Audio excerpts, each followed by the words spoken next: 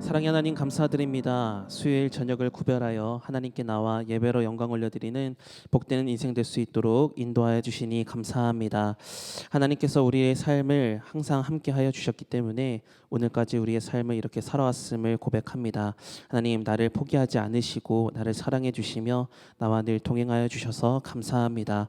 오늘도 믿음의 반응을 합당하게 보이되 우리도 주님 손 놓치지 않고 주님을 의지적으로 붙들며 살아가는 믿음 될 수 있도록 인도하여 주셔서 나와 동행하시는 그 주님의 참 기쁨이 되는 복된 삶이 될 수 있도록 인도하여 주시옵소서. 오늘도 생명의 말씀을 허락하여 주셔서 감사합니다. 이 말씀 듣고 변화되어 하나님의 원하심 가운데 하나님의 뜻 가운데에서 기쁨과 감사를 누리는 복된 인생, 믿음의 인생 될 수 있도록 인도하여 주시옵소서. 예수님의 이름으로 기도드립니다. 아멘. 다시 말씀 보시겠습니다. 오늘 주신 하나님의 말씀은 스바냐 3장 14절부터 20절까지의 말씀입니다. 구약 1308페이지 스바냐 3장 14절부터 20절까지의 말씀입니다. 우리 한 절씩 읽고 마지막 절은 합독하겠습니다. 시온에 따라 노래할지어다. 이스라엘아 기쁘게 부를지어다. 예루살렘 따라 전심으로 기뻐하며 즐거워할지어다. 여호와가 내 형벌을 제거하였고 내 원수를 쫓아냈으며 이스라엘 왕 여호와가 내 가운데 계시니 내가 다시는 화를 당할까 두려워하지 아니할 것이라. 그날에 사람이 예루살렘에 이르기를 두려워하지 말라. 시온아 내 손을 늘어뜨리지 말라. 너의 하나님 여호와가 너의 가운데 계시니 그는 구원을 베푸실 전능자이시라. 그가 너로 말미암아 기쁨을 이기지 못하시며 너를 잠잠히 사랑하시며 너로 말미암아 즐거이 부르며 기뻐하시리라 하리라. 내가 절기로 말미암아 근심하는 자들을 모으리니 그들은 내게 속한 자라. 그들에게 지워진 짐이 치욕이 되었느니라. 그때에 내가 너를 괴롭게 하는 자를 다 벌하고 저는 자를 구원하며 쫓겨난 자를 모으며 온 세상에서 수욕받는 자에게 칭찬과 명성을 얻게 함께 하리라. 있습니다. 내가 그때에 너희를 이끌고 그때에 너희를 모을지라. 내가 너희 목전에서 너희의 사로잡힘을 돌이킬 때에 너희에게 천하 만민 가운데서 명성과 칭찬을 얻게 하리라. 여호와의 말이니라. 아멘. 사랑하는 참평학교의 성도님들 모두에게 하나님의 크신 은혜와 은총이 언제나 함께 하시기를 주님의 이름으로 축원합니다. 오늘 말씀의 제목은 너의 가운데 계시니 라는 제목의 말씀인데요, 스바냐 선지자를 통해서 주시는 말씀으로 함께 은혜를 나누고자 합니다. 2024년 질병관리청의 정보에 의하면 OECD 38개 국가 중 한국은 2003년부터 지금까지 자살률 1위를 기록하고 있다라고 합니다. 무려 인구 10만 명당 25명이 자살을 하고 있다라는 수치를 나타내고 있는데요. 물론 20대 나이에서 여전히 가장 많은 자살률을 기록을 하고 있지만 최근 동향으로 아주 충격적인 정보가 있습니다. 75세부터 84세의 자살률이 점점 오르더니 이제는 무려 70%에 육박한다라고 해요. 이는 2위인 슬로베니아라는 나라보다 2배나 높은 수치라고 합니다. 왜 이렇게 고령층에서 자살률이 높아졌을까 분석을 해보니 건강의 문제, 또 사회적 역할의 축소로 인한 자존감의 상실, 또 경제적인 어려움과 같은 문제들이 자살의 원인이 되기도 하는데요. 가장 큰 이유가 있다면 배우자의 사망, 또 친구와의 단절, 또 가족 안에서의 존재감 결여 등 관계의 문제라는 이유가 이 노년의 삶의 의욕을 떨어뜨린다라는 겁니다. 즉 외로움과 고립감이 길어진 노년의 삶을 힘들게 만들었다라는 거죠. 그러나 이러한 외로움과 고립감은 노년만의 문제는 아닙니다. 모든 인류의 문제로 대두되고 있는데요. 우리의 삶은 두려움을 느낄 수밖에 없는 순간들을 경험할 때가 있죠. 갑작스러운 질병을 경험할 때나 또 인간관계에서 문제를 경험할 때나 또 예기치 못한 상황의 변화로 인한 물질의 어려움, 감정의 어려움 등 예측하기도 어려운 시련들을 경험할 때 우리는 두려움을 느낍니다. 그런데 이러한 두려움 가운데에서 사람을 가장 힘들게 만드는 것이 있다면 바로 외로움과 불안입니다. 그래서 진짜 친구는 상황이 좋을 때만 만나는 친구가 아니라 내가 진짜 힘든 상황에 처했을 때조차도 내 편에 서서 함께 마음을 나눌 수 있는 친구가 진짜 친구다라는 말이 있듯이 사람에게 있어서 외로움과 두려움 또 불안을 함께 극복할 수 있는 사람이 함께 있다라는 것은 축복 중에 축복이기도 합니다. 특히 믿는 자로서 세상에 홀로 버려진 것처럼 외로울 때, 아무도 나를 알아주지 않고 아무도 나를 찾지도 않을 때, 인생의 벼랑 끝에 몰린 것처럼 살 소망조차 없을 때, 만약 그러한 사람을 위해서 누군가가 기도하고 있다면, 그리고 그러한 중보기도의 소식을 전해 듣게 되었다면 그 사람이 얻는 위로는 어떨까요? 굉장히 크겠죠. 아마 여기 계신 분들이라면 예외 없이 그 누군가에게 중보기도를 받아서 여기까지 살아왔고요. 심지어 나를 모르는 사람도 나를 위해 기도해 주었기 때문에 오늘까지 우리가 이렇게 삶을 살아올 수 있었다라고 생각합니다. 그리고 아마 여러분도 여러분이 해준 중보기도 덕분에 누군가는 살아났을 겁니다. 함께함으로 말미암아 우리는 은혜를 받았고 또 은혜를 나눠주기도 했죠. 근데 오늘 본문을 통해서 하나님이 우리에게 주시는 말씀은 이러합니다. 이 세상에서 치열하게 또 처절하게 사는 암흑의 성도여, 너는 결코 혼자가 아니다. 지금까지 나는 너와 함께 있었고 지금도 함께 있고 앞으로도 너와 함께 할 것이다. 이러한 하나님의 말씀을 믿으시기 바랍니다.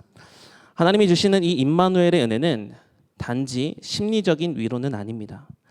물론 사람이 함께하는 것도 위로가 되고 힘이 되죠.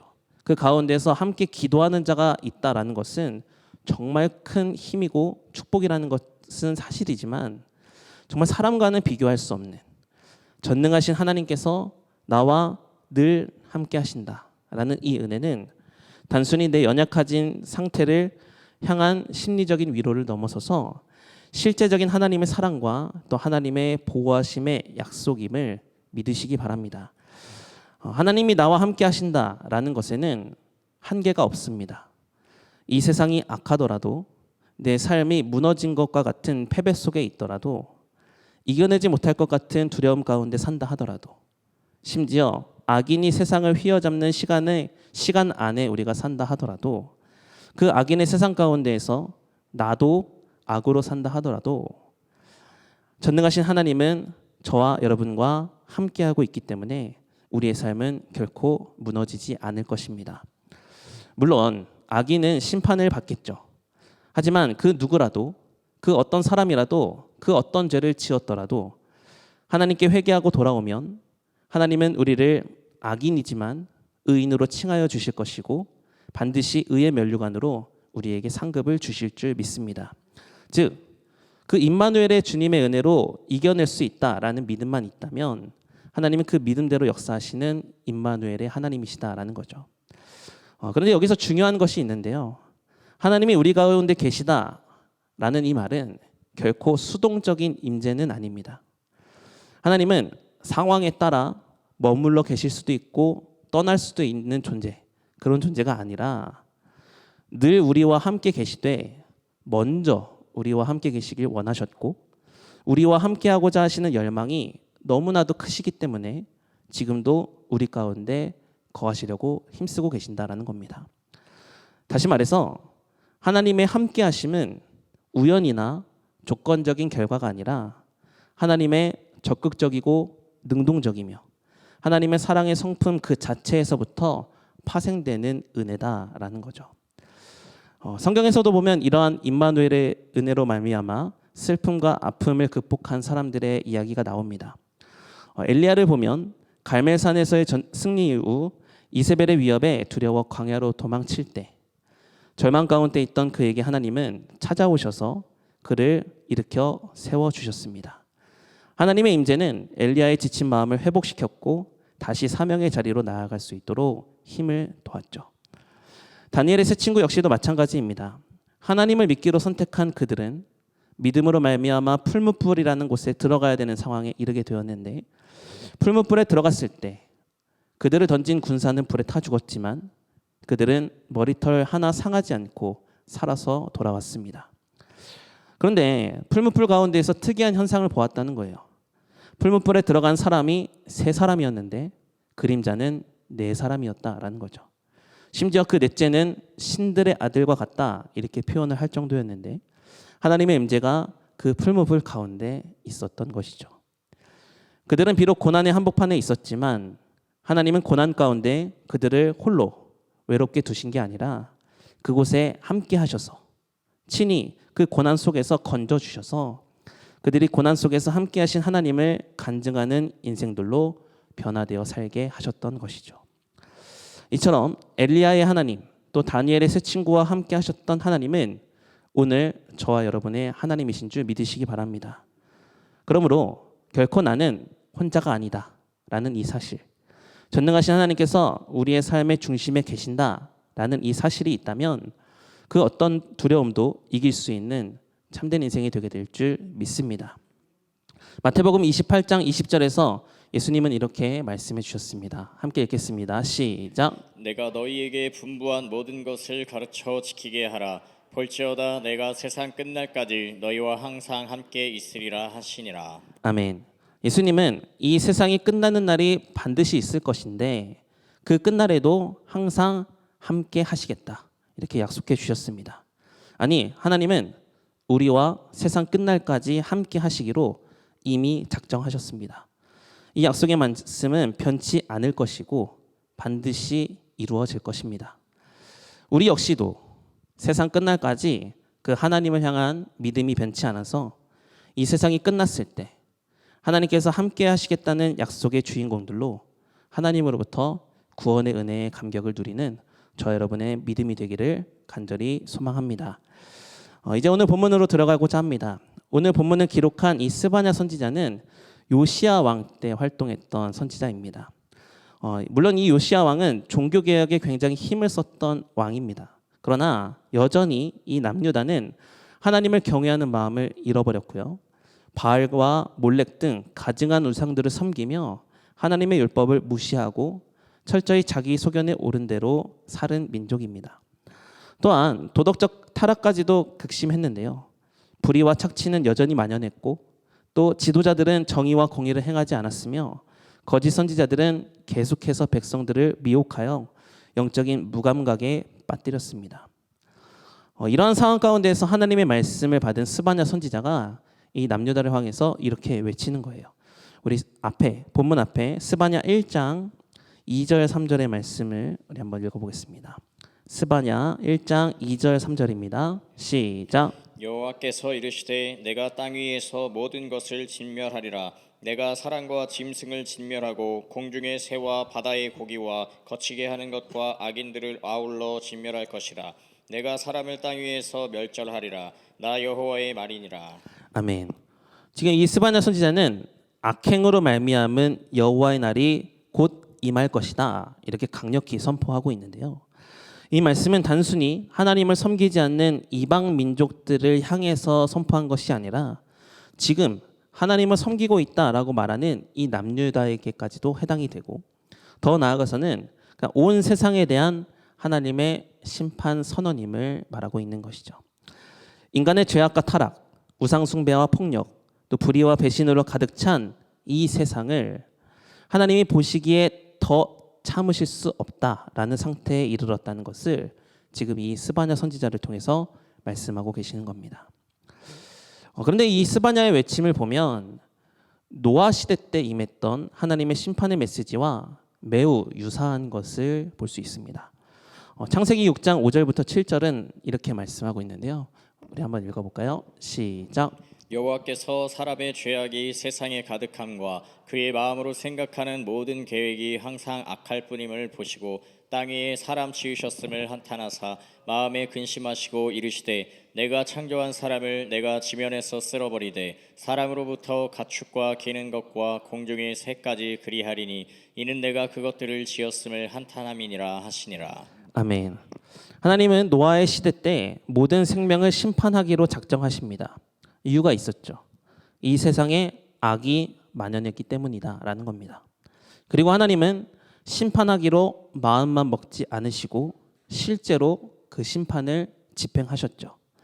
인류 역사상 다시는 없을 물의 심판으로 말미암아 방주 안에 있는 모든 생명을 제외하고서는 다 죽었습니다.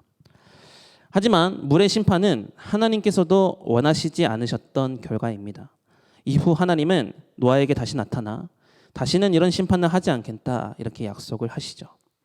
그러나 하나님은 심판하지 않으시겠다는 약속을 하셨음에도 불구하고 오늘 이 스바냐 본문에 와서 노아의 심판에서 하셨던 그 메시지와 비슷하게 지금 말씀하고 계시는 건데요. 즉, 이 지금 스바냐가 외치는 이 메시지는 노아의 심판이 재현될 수 있을 만큼 하나님의 진노가 매우 임박했다라는 것을 강하게 경고하고 있는 것과 같죠. 그러나 이 스바냐 선지자는 이러한 여호와의 날을 선포하면서도 그날을 단지 두려움과 파멸의 날로 보지는 않았습니다. 우리 뒤에 스바냐 2장 3절의 말씀을 한번 읽어보겠습니다. 스바냐 2장 3절입니다. 시작. 여호와의 규례를 지키는 세상의 모든 겸손한 자들아, 너희는 여호와를 찾으며 공의와 겸손을 구하라. 너희가 혹시 여호와의 분노의 날에 숨김을 얻으리라. 아멘. 이 스바냐 선지자는 하나님의 공의로운 심판이 반드시 임할 것이다 이렇게 경고하지만 동시에 그날의 여호와의 규례를 지키고 있던 자들에게는 여호와께 회개하는 자들을 하나님은 결코 외면하지 않으실 것이며 겸손히 하나님을 찾는 자에게는 구원을 베푸실 것이다 이렇게 선포합니다. 그렇다면 스바냐는 이러한 하나님의 심판의 메시지 앞에서도 어떻게 그 하나님의 구원 역사를 바라보는 믿음을 가질 수 있었던 걸까요?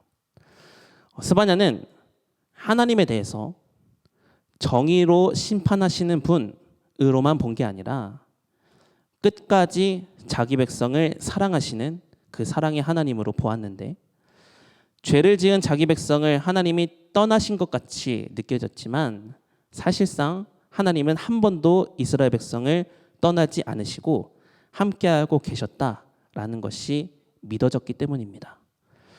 오늘 본문으로 넘어와서 스바냐 3장 17절의 말씀 우리 한번 읽어보겠습니다.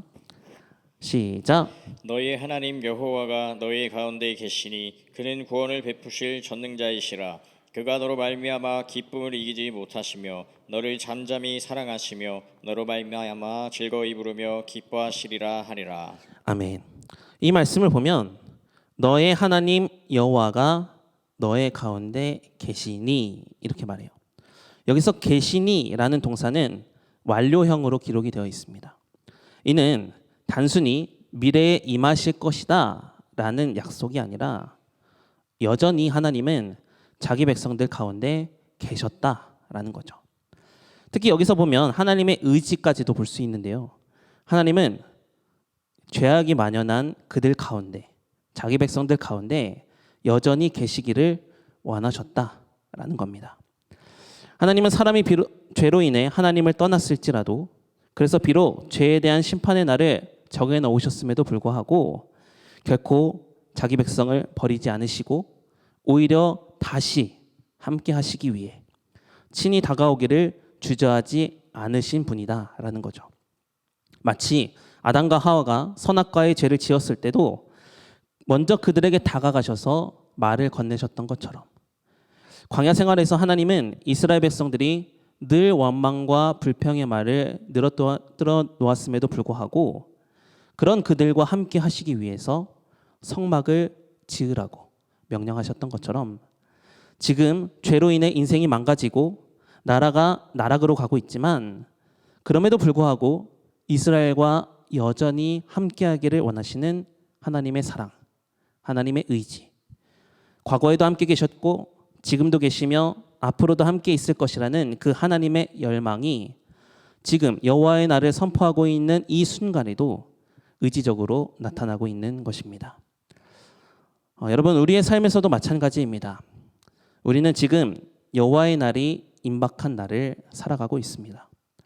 세상을 한번 보십시오. 얼마나 소망이 있다고 생각하십니까? 또 죄는 얼마나 없다 이렇게 생각하십니까? 반대죠. 절망이 넘치고 죄악이 만연한 시대가 오늘날의 세상이 아닙니까?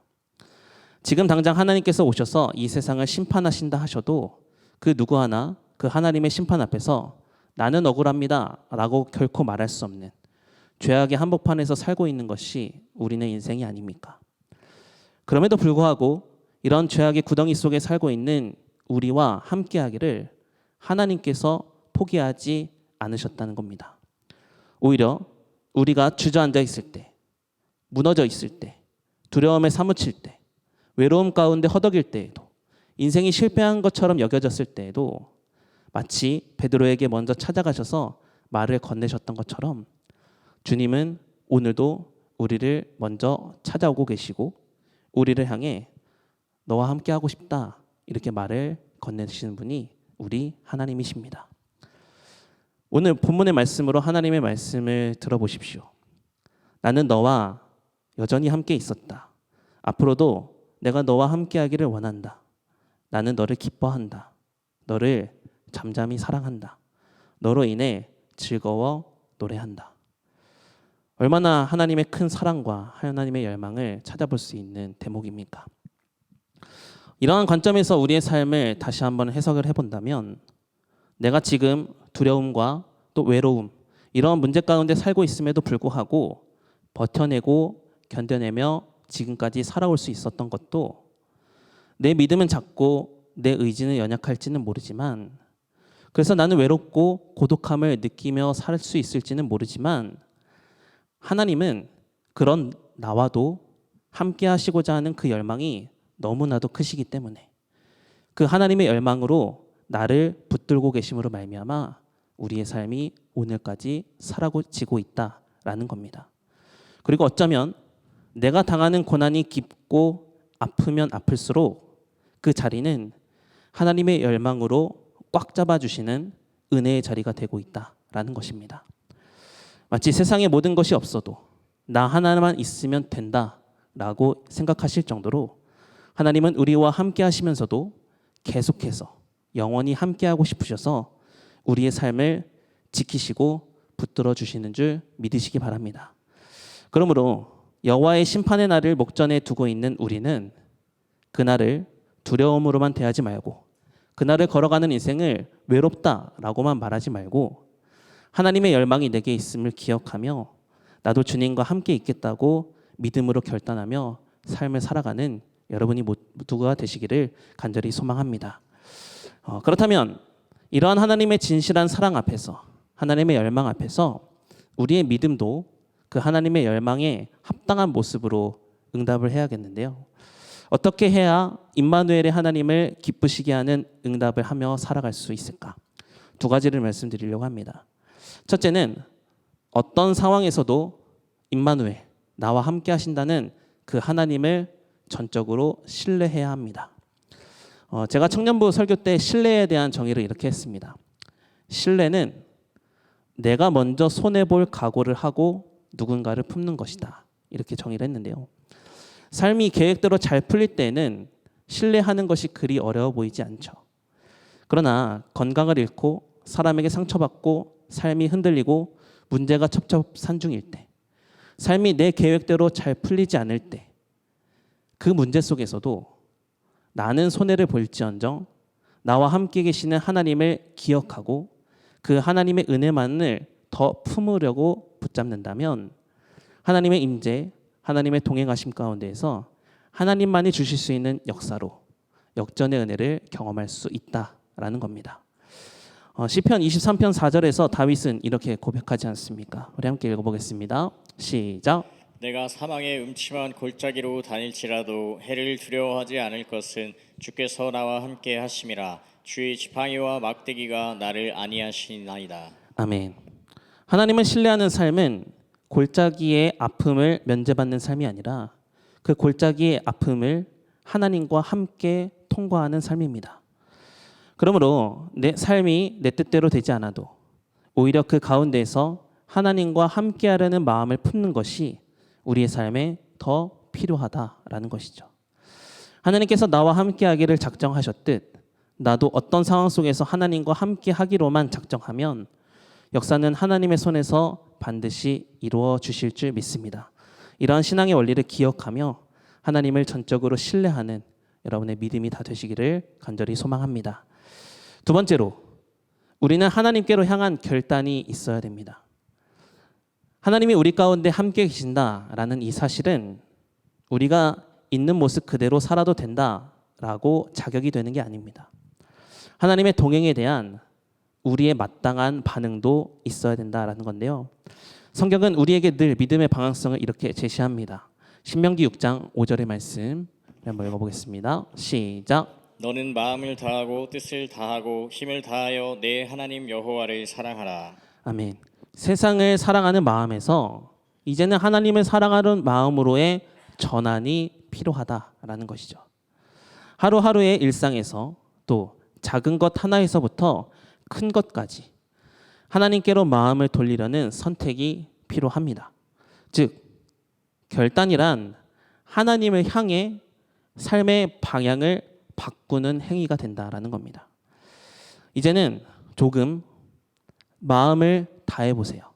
뜻도 다해 보시고 힘도 다해 보셔서 하나님을 사랑하려는 결단을 해 보십시오.